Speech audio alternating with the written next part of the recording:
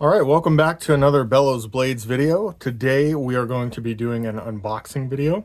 So I just got a knife in that I have been I have had my eye on for a long time. There are certain aspects of it that I wasn't a big fan of on the originals, and now that they have updated models, I went ahead and jumped at the chance to get one. So this is, as you can see, Reate knives. This is going to be, see if it has it. Yeah, it's going to be the OG Exo, basically, the original or larger size Exo. And so I want to go ahead and take a minute to just unbox the knife. I just got it in. I obviously already took it out of the shipping box, and in the shipping box, it also came with this, which looks like a very large cleaning cloth of some sort. So I go ahead and try to open that without cutting into the actual cloth itself here.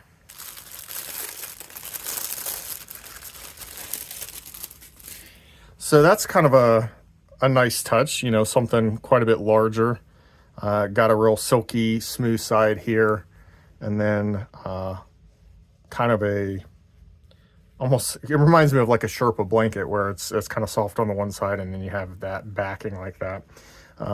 But Reate knives, so that's kind of nice. But the reason we're here is to look at the knife itself. So box itself, plain black box, feels like it has a magnetic, yep, it does, magnetic closure there, so that snaps shut. There's magnets in the box. Open it up. And this is my first knife from this company, so I don't know what to expect with the presentation.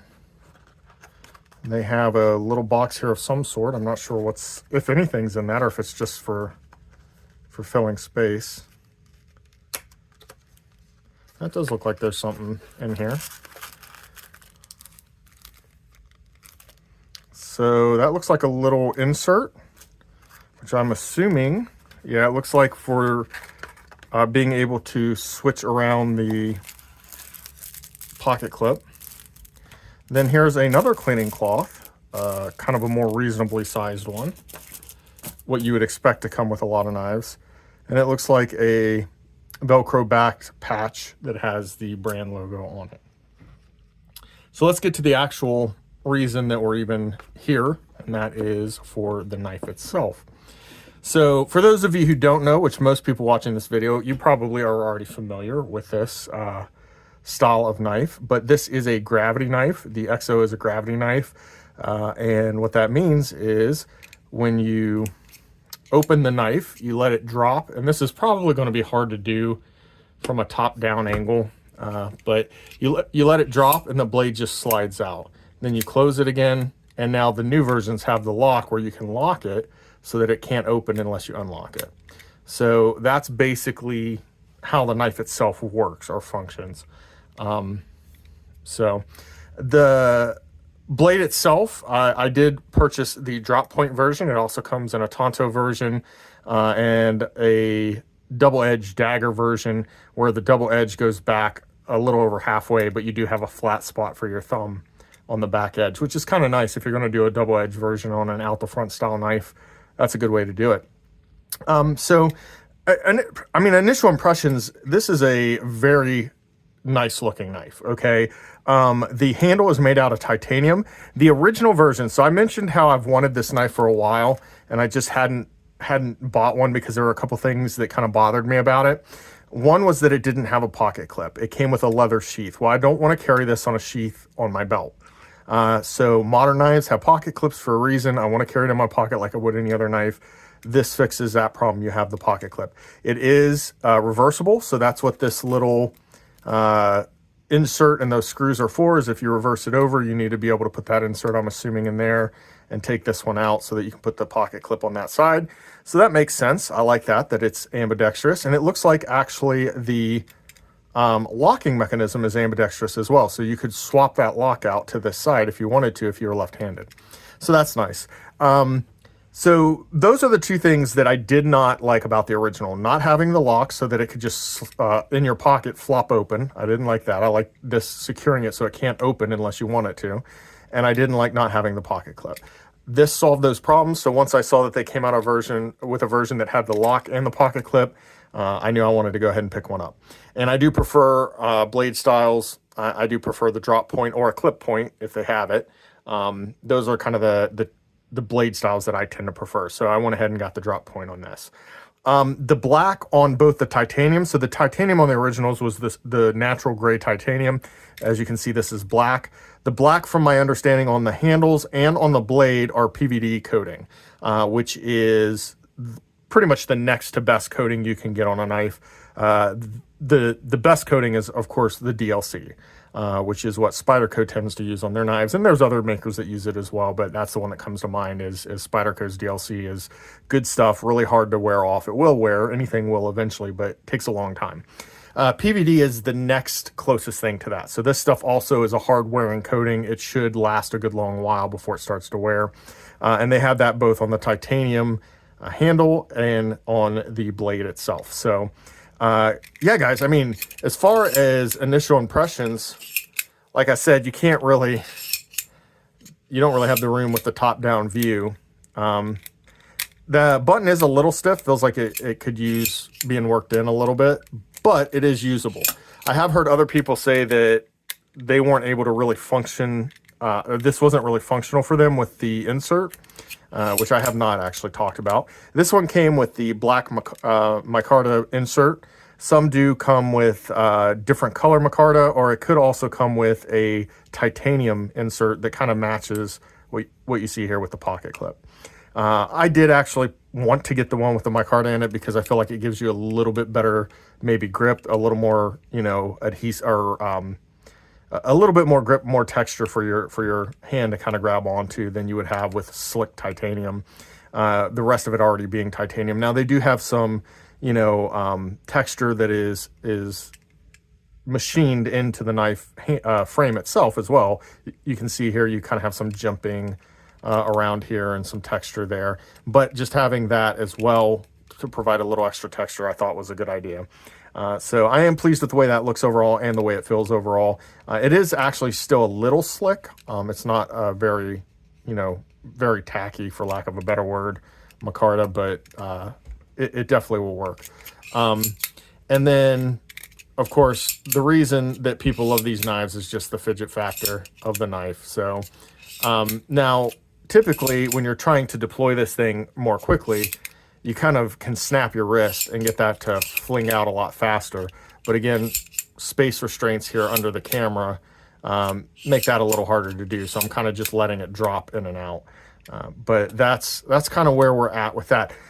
So the blade itself, I mentioned the coating on the blade, and the handle material, but I didn't mention the blade material. The blade itself is made out of Elmax, which is a great steel. It's a premium steel, kind of on the low to mid range of premium steels. So still, regardless, it's premium. But there have been some other super steels that have come out since Elmax that maybe superseded a little bit as far as desirability. But Elmax is still a great steel, has a good balance of properties. And that's basically what it is. It's a well-balanced steel. It's got good toughness. It's got decent toughness, decent wear resistance, and decent corrosion resistance. So between all that, you just have a well-balanced steel. So, and I think it does say that on the blade. It does. I think I can get that into focus. Of course, I'm holding it upside down. I probably should hold it this way so that you can see that it does have Elmax there on the blade. So that is what you're getting with this full-size, the full-size EXO. So I want to go ahead and do just some measurements, weight, things like that to kind of get that out of the way. So I don't have any of the specs in front of me because I just unboxed it, so I didn't print anything out or anything beforehand. But it does look like it is right around just a little, well, you have a little bit of an angle here. So I'm going to say that it's probably going to be 8 3/4 overall, depending on where you're measuring from on the handle there to the point. But basically, you're looking at about 8 3/4.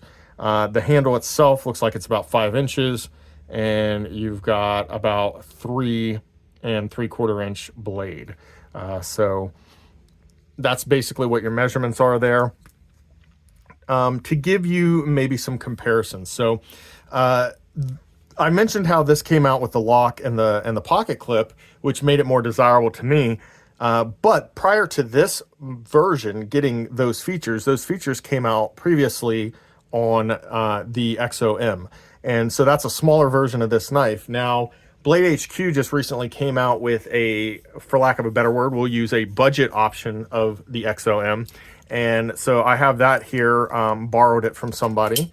And there is that version of the knife. Now, Blade HQ has a couple of these models, different colored handle scales, obviously, but then also blade types and all that. But the blade steels, that's the interesting thing. So you can pick this up, I believe, and I'm just doing this off the top of my head, so I'm sorry if I'm not right on this, but I believe it's right around somewhere around $130 for this version, which comes with the aluminum handle and Nitro V steel blade. But you can also buy it with the aluminum handle and an LMAX steel blade, and I believe that one runs about $30 more, something like that. So you're looking at like $130 for this version and about $160, I think, for the version with the LMAX steel.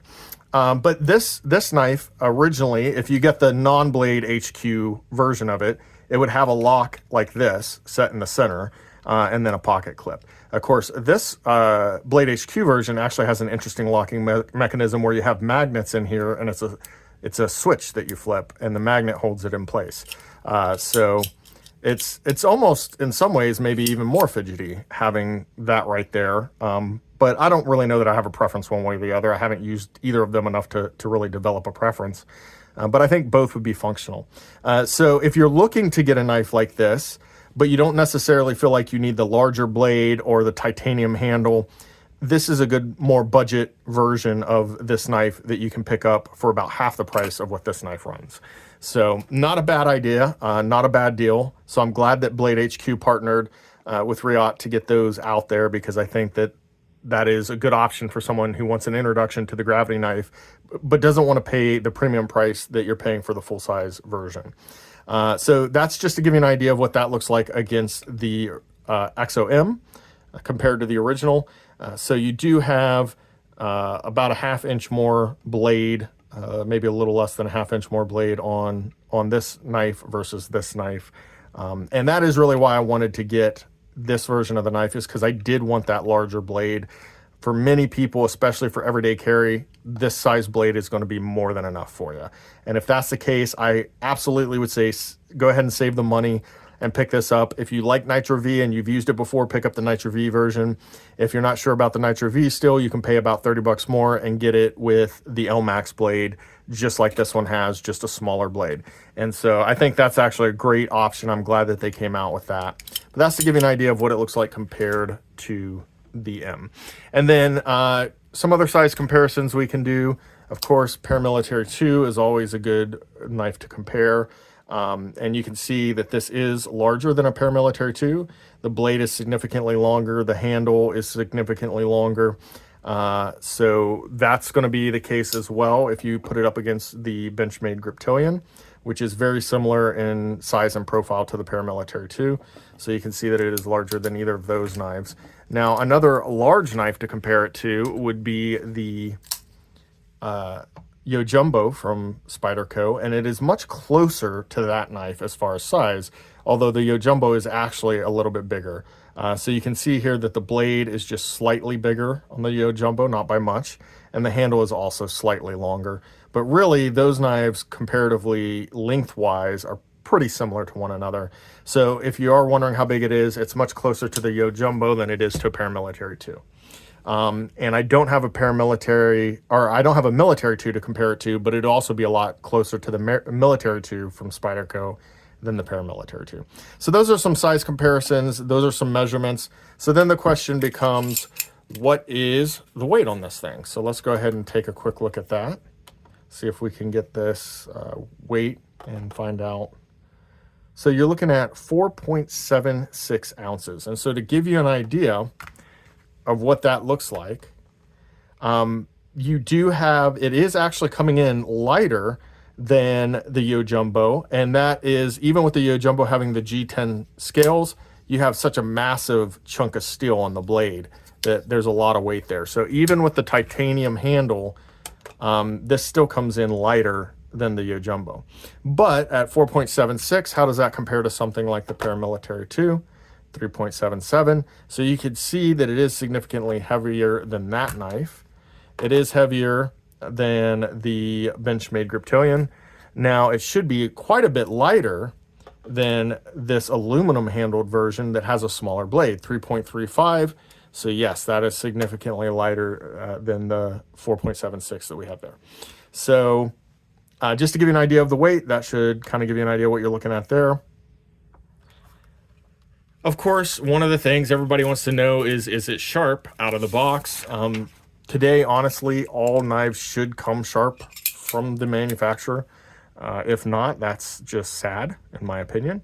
This feels plenty sharp, so we're going to just test it out real quick and see if it is, in fact. Yes, it is. No problem. Cutting there, it did have a little bit of a snag there, more the way I was pulling it, I think. But it does cut pretty easily through paper. So again, that's to be expected. Now I will mention that if anybody notices when I'm moving it around, you can hear, this is a loud knife. It has a lot of rattle when you're not holding it tightly. So if I'm just loosely holding it, all these pieces kind of rattle together and it makes a lot of noise. However, when you actually grip the knife the way it's meant to be gripped and you hold it tight, then there's very little rattle or play or anything like that. There is still a little bit of blade play, kind of what you would expect in like an out the front automatic knife. You have a little bit of side to side and a little bit of front to back. Not a whole lot either way, but there is a little bit there. So you are going to feel a little bit of blade play. If you like rock solid knives that have no blade play, then really any out the front is not for you unless you're paying a lot of money.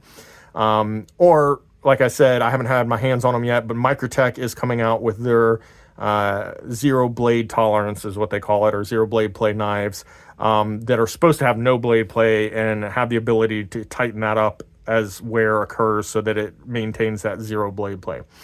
So I haven't had my hand on one of those yet, but if they're as good as what I'm hearing, you know, that's an option for you. And honestly, for not a whole lot different than the price of this knife, you could get a Ultratech with Microtech's ZBT technology in it and have an out the front that would be smaller in length than this, but would have no blade play. So if you want a quiet knife, basically my point is this is not for you. Obviously opening and closing it, you can hear, that's going to be a loud process. Whether it's the closing of the handle or the blade coming in and out, you've got metal hitting metal no matter which way you do it. If you're holding it loosely, you're going to have a lot of rattle. If you hold it tight, the rattle goes away.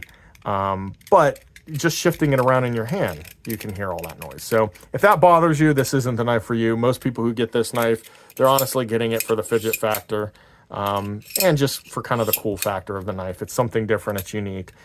So, you know, they're probably not too worried about that minimal blade play once you're gripping the knife. So anyway, guys, I've been looking forward to getting a knife like this for a long time. I'm excited that it's in. I'm excited to get a chance to put it in my pocket, use it a little bit, see what I think. But mostly it's probably going to be a fidget toy, right? I'm not even going to lie about it. It's a very expensive fidget toy for guys. So, anyway, I just want to kind of wrap up this unboxing video, initial impression video, saying I'm excited. I like it. I like the way it looks. I think the black looks nice. I think the accents on the colors of the titanium, the clip and the inserts all look really nice, and the lock. I like the PVD coating. It looks nice. Generally, I'm not a big fan of the two-tone look, mostly because that'll start wearing eventually. But for this knife, I think it works. I'm not going to probably be using this super heavily, so I probably won't have a lot of wear on it. Mostly, it's probably going to be doing a lot of that. So based on that, I'm happy with the knife, excited for it. If you guys have one of these knives or another gravity knife, sound off in the comments. Let me know what you think of them. Do they have a practical use or purpose? Now, again, I guess a word of caution I should have mentioned at the get-go. Please make sure that this knife is legal in your state before you purchase it, because gravity knives, for some unfathomable reason, are illegal in a whole lot of states. Why this knife is any more dangerous than any other knife, you know, in a lot of states, I could have this knife perfectly legal, no problem, but I couldn't have this knife. Now, you can tell me how I'm opening that any slower than I would open this. If anything, this knife is slower. So I don't understand it. I don't get why this is somehow an inherently more dangerous knife because you use gravity to open it. But, you know, the laws are what they are, whether they make sense to me or not. So know your laws before you purchase a knife like this. But if it is legal for you, you know, hey, and it's something that appeals to you, go ahead and pick it up. Like I said, if you have one, sound off in the comments. I'd love to hear what your experiences are and what you think. And once again, I appreciate you watching the video. I hope that you enjoyed it. And if you did, give me a thumbs up, and go ahead and subscribe to the channel, and I'd appreciate it. So we'll catch you next time.